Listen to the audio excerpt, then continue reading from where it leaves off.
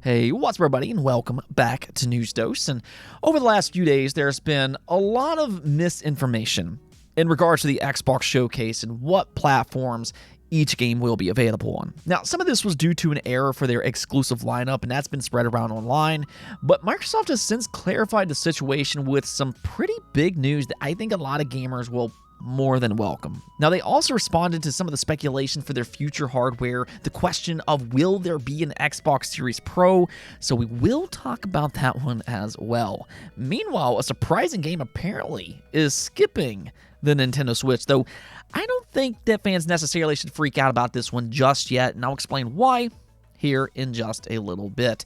As always, though, we do have a lot to discuss today, so let's just go ahead and jump right into our first topic, being about Metaphor Fantazio.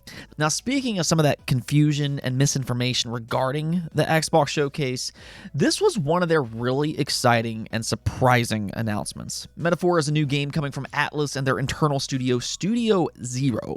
Now, if you're not aware of who they are and why this is so exciting for JRPG fans, Studio Zero is headed up by some of the creative minds that's worked on the Persona series. It actually looks quite promising. I think that it's big alone that Xbox got this game on their stage, but there was a question about this announcement. See, the thing is that at the end of its reveal, it was only confirmed for Xbox and PC, which led some fans to believe that it might possibly be a console exclusive. Now, honestly, and I've talked about this before, when it comes to these big first-party showcases, it's best not to jump to conclusions about what platforms they're coming to unless it's very clearly stated that they're exclusive. These first-party companies, they don't highlight other platforms at a lot of these showcases, and in this case, that may have happened with Metaphor. According to a new Korean trailer, it is heading to the PlayStation 4, PlayStation 5, and Steam as well. Now, it is kind of strange that this hasn't been confirmed outside of Korea, and there was also a tweet that they posted, which they have since deleted.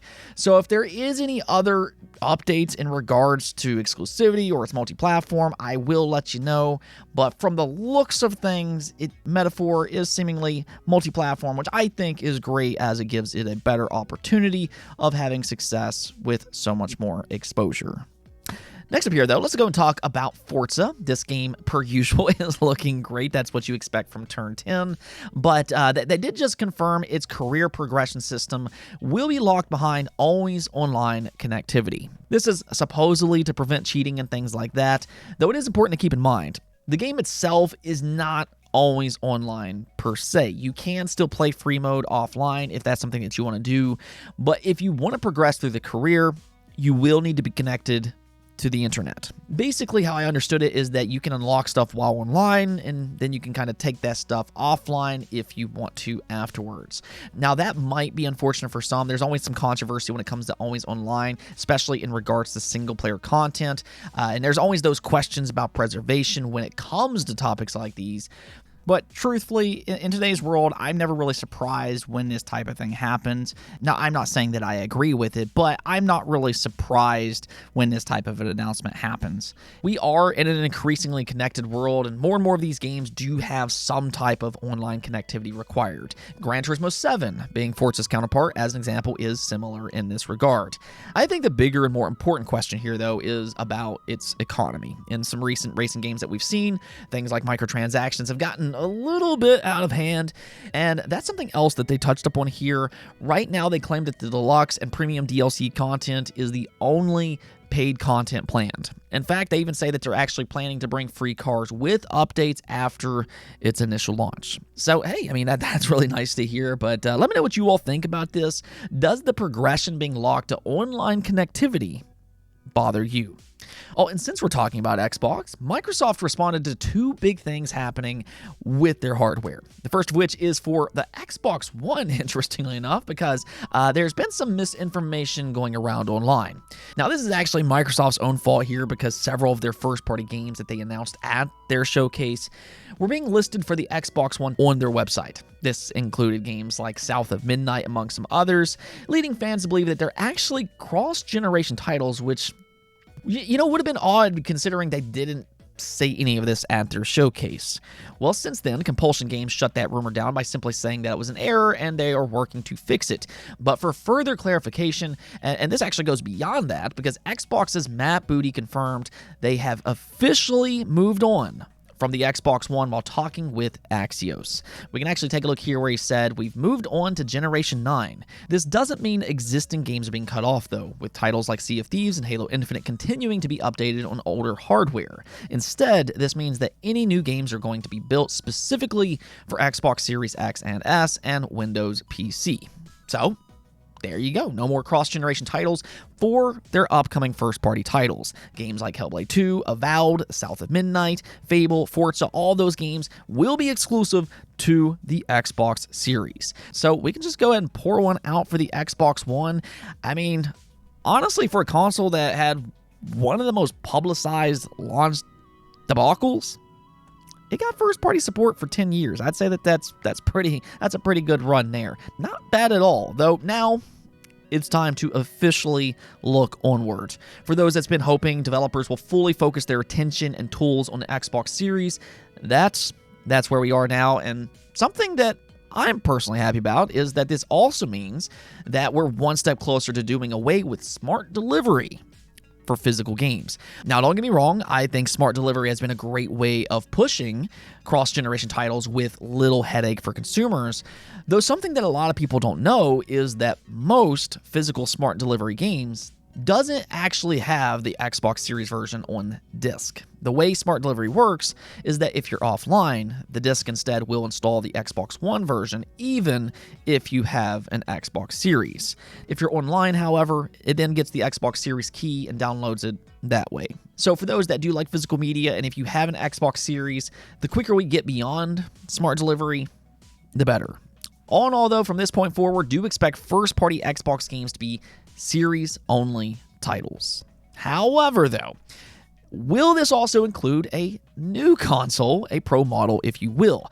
See, there's been a lot of reports over the last few months that Sony is working on a PlayStation 5 Pro behind the scenes, and that it's lining up for a late 2024 release, which I'm inclined to believe that this might actually be possible.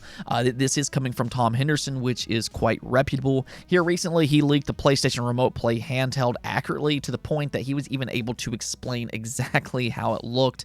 And really, when you think about it, a mid-generation refresh, it just makes sense. Both Sony and Xbox had a lot of success with their upgraded platforms last generation, so why not go ahead and repeat that success? Well, it sounds like Xbox right now is not looking to do that, or at the very least, anytime soon. Phil Spencer was asked about this in a Bloomberg interview where he said, "That's not the feedback that we're getting right now. Right now, we're pretty set on the hardware that we have." And that does kind of line up with what we know as well. I've done several polls on this topic in the past, and it does look like the majority of gamers don't want these Pro models yet. Now, there is a good portion out there that do, but the majority are still in that boat of, this generation in some ways is only now just the beginning. I mean, we literally just talked about first-party games moving on from the Xbox One. So we've been getting these cross-generation titles up to this point. We're still getting them from a lot of third parties, in fact. So it really doesn't feel like this generation's hardware has been fully explored yet. So some fans are like, it's just too early to talk about a mid-generation refresh as of this moment. At the same time, though, it's also important to look at both sides of the coin. We are starting to see certain games struggle a little bit to keep up with that seamless 60 frames per second. Jedi Survivor is one recent example. Ray tracing, that also never really took off the way that it was hyped up to be. I mean, it was supposed to be this big, impactful feature for this generation, but it just impacts performance too much, so very few people actually use it.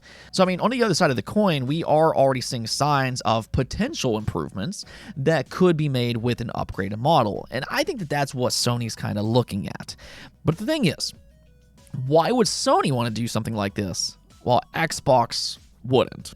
Well, I don't actually read it that way because, first off, keep in mind that Sony isn't openly talking about a Pro model, and I don't think that Xbox is going to openly talk about future hardware either in some random interview years ahead of time. That's a good way to halt momentum, if anything else. But I do, however, believe Phil Spencer when he said that's not the feedback that we're quote-unquote getting right now.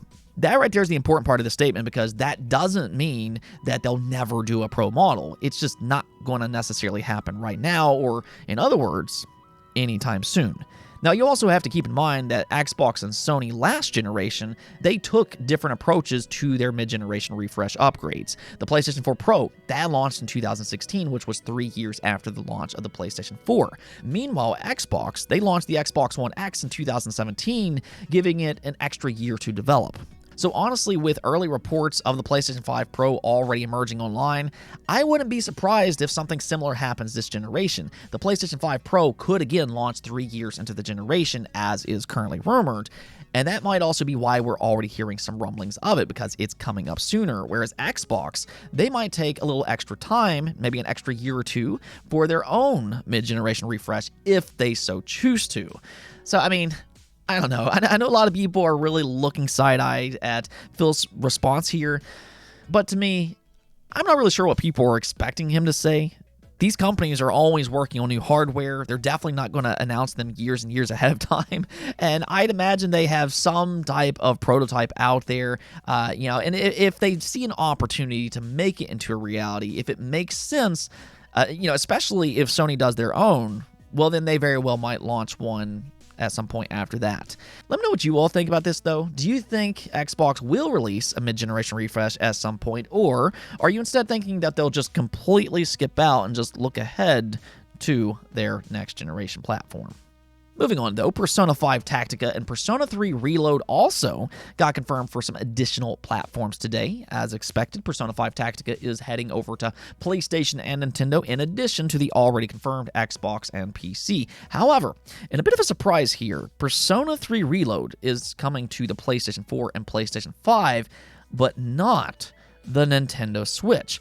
Seemingly, this took a lot of people by surprise, considering Persona 5 Royal launched last year for the Switch, and it seemingly had a lot of success on the platform. So surely, you would think that Atlus would do something similar with Persona 3 Reload as well. They could downgrade it and get it working on a Switch like we saw with Persona 5 Royal, but so far, that doesn't actually appear to be the case here, but that there is kind of the key words here. It doesn't appear that way. Now, keep in mind, last year we had a very similar conversation about Persona 5 Royal. It was announced for Xbox, PC, and PlayStation 5 in early June. And then the Nintendo Switch version, that got announced later in the month at Nintendo's showcase. I mean, it was weird, but that's also fitting when it comes to Atlus. They're a very strange company, and so is Nintendo in a lot of ways. So technically, something similar could happen again with Persona 3 Reload. We've saw it before, and it could happen again. The only issue with that line of thinking, though, is that right now, Nintendo doesn't have a confirmed showcase as of this moment. Now, there are some rumblings of a possible July Direct, so maybe then, if that's true. But all I'm saying today is that hope isn't completely lost until Nintendo themselves has had their very own showcase. For that matter, and this is just me, anytime I hear about a 2024 title, I don't think about the Nintendo Switch. I think about its successor. So hypothetically, let's just go ahead and say that Persona 3 Reload doesn't release for the Switch. Well, that doesn't necessarily rule out Nintendo as a platform. Instead, what could happen is they could release it for the Switch successor. And in that situation, maybe not with a major downgraded version. These developers wouldn't have to do all that extra work just to get it running on a Switch, but instead they could release it for that next generation Nintendo console. Now, that might actually be better for fans in certain ways. They could just have a better overall looking game. So for you Nintendo fans out there, while yes, there's no confirmation yet, I wouldn't rule out some big Atlus announcements in the future, whether that's for the Switch or for its successor, and I'm not just talking about Persona 3 Reload here. Also, Metaphor Fantazio, as we talked about earlier. That could be another possible Switch successor game in the future.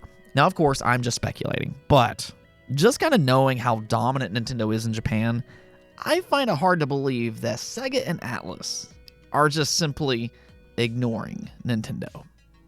Speaking of Nintendo, though, let's just go take a look at the poll of the day where I asked you all, do you think Metroid Prime 4 will release before the eventual Switch successor? Well, 22% of you said yes, you all aren't giving up hope quite yet, whereas 72% of you said no. Now, I'm in the majority here as well. I think that this will release for the Switch successor, and I'm actually going to go so far as to say, I hope that this is a Switch successor title. Now, that doesn't mean that it won't be a cross-generation game. I imagine that it probably will be. But for me personally, I'm ready for Nintendo games to take advantage of some more powerful hardware. When I look at games like Xenoblade 3, Zelda Tears of the Kingdom, and Pokemon Scarlet and Violet, all these games are great, but I often find myself thinking, man, I kind of wish I had a more powerful console to run these games on. And I think with Metroid Prime 4, it's a potential candidate to really showcase some good graphics. I mean, even with the Metroid Prime remake, I mean, it looks fantastic. So I think Metroid Prime 4 would be a great launch title for their successor to really showcase what their next platform is capable of. For that matter, I also think that this could be a great way to grow the Metroid franchise. I mean, just for a moment, can you imagine with every Switch successor purchase, Metroid Prime 4 could be one of the most enticing launch titles, similar to what we saw with the Breath of the Wild Switch launch combo. I mean, this could actually be an opportunity to grow the Metroid franchise, and that, to me, is something that I really, really want to see. I would love Metroid to get to a point where it's selling like 10 million plus units, really making it one of their pillar franchises going forward. I mean, I guess we'll see, though, but for the time being, it's been 4 years since the announcement of Metroid Prime 4's reboot, so we are drawing closer to a more official announcement. Anyways, though, that's it for this episode. But if you liked the video, don't forget to hit the notification and subscribe button for more content just like this. Also, if you'd like to support the channel through Patreon, thank you for making this content possible. Peace out.